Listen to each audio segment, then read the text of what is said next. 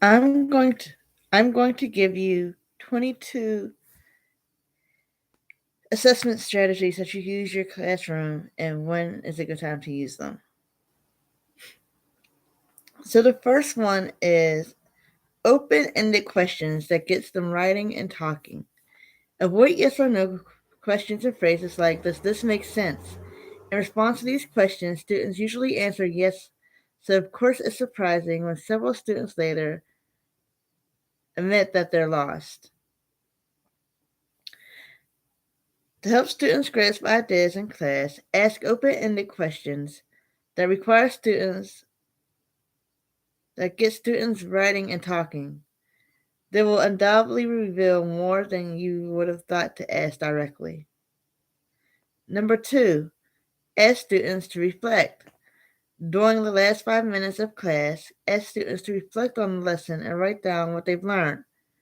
Then ask them to consider how they would apply this concept or skill in a practical setting.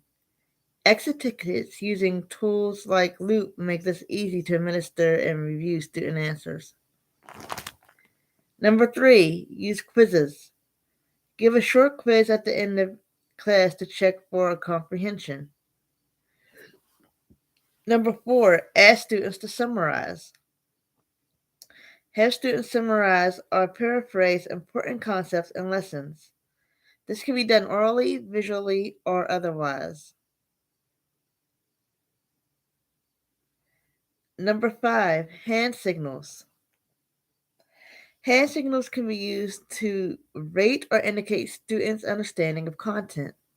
Students can show anywhere from 5 fingers to signal maximum understanding to 1 finger to signal minimum understanding.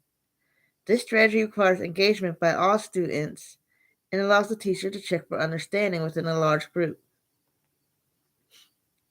Number six, response cards. Index cards, signs, whiteboards, magnetic boards, or other items are simultaneously held up by all students in class to indicate the response to a question or a problem presented by the teacher. Using response devices, the teacher can easily note the responses of individual students while teaching the whole group. Number seven, four corners. A quick and easy snapshot of student understanding. Four corners provide an opportunity for student movement while permitting the teacher to monitor and assess understanding. The teacher poses a question or make a statement. Students then move to the appropriate corner of the classroom to indicate their response to the prompt.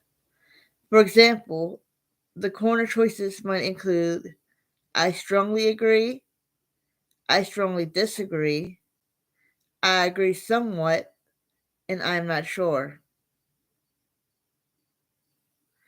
Number eight, think, pair, share. Students take a few minutes to think about the question or prompt. Next, they pair with a designated partner to compare thoughts before sharing with the whole class.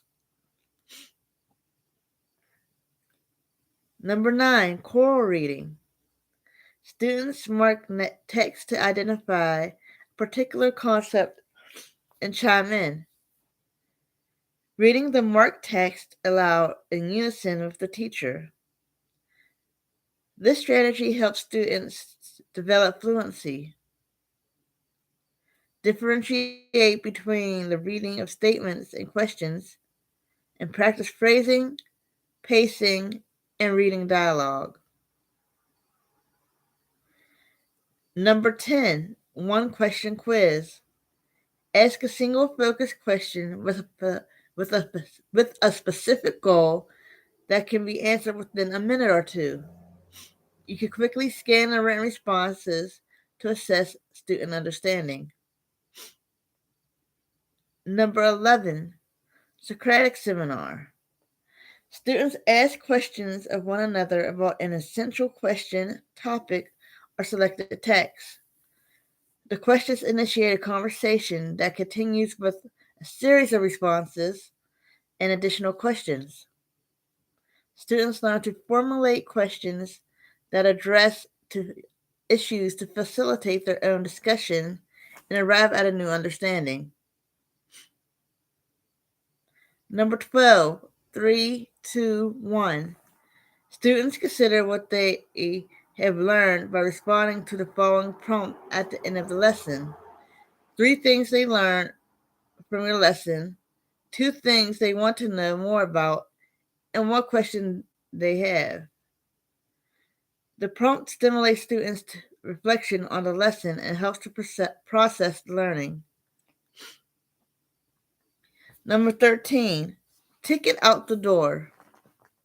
Students write in response to a specific prompt for a short period of time. Teachers collect the responses as a ticket out the door to check students' understanding of a concept taught. This exercise quickly generates multiple ideas that could be turned into longer pieces of writing at a later time.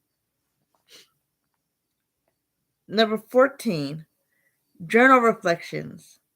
Students write their reflections on a lesson, such as what they learned, what caused them difficulty, strategies they found helpful, or other lesson-related topics. Students can reflect on and process lessons. By reading student work, especially types of learning journals that helps students think, teachers can identify class and individual misconceptions and successes.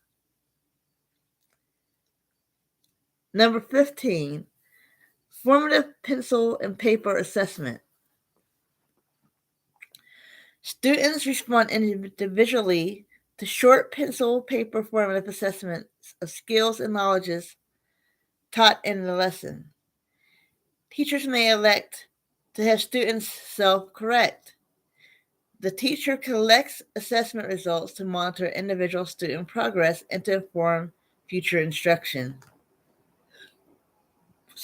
Both students and teacher can quickly assess whether the student acquired the intended knowledge and skills. This is a formative assessment, so a grade is not the intended purpose. Number 16, a misconception check. Present students with common or predictable misconceptions about a concept you're covering. Ask them whether they agree or disagree and to explain why. Number 17, analogy prompt. Teaching with analogies can be powerful. Periodically present students with an analogy prompt, such as the concept being covered is like blank because blank. 18, practice frequency. Check for understanding at least 3 times a lesson, minimum. 19, use a variety. Teachers should use enough different individual and whole group techniques to check understanding that they accurately know what all students know. More than likely, this means during a single class, the same technique should not be during a single class, the same technique should not be repeated. Number 20, make it useful. The true test is whether or not you can adjust your course or continuous plan based on the information received in each check. Do you need to stop and start over? Pull a few students aside for 3 minutes to reteach or move on. 21, peer instruction.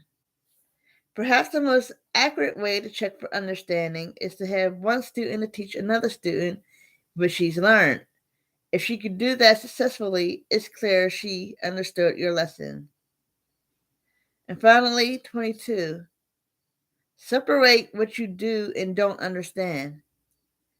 Whether making a T-chart, drawing a concept map, or using some other means, have students not simply list what they think they know, but what they don't know as well.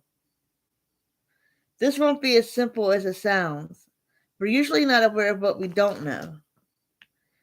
They'll also often know more or less than they can identify themselves, which makes this strategy a bit crude, but that's okay.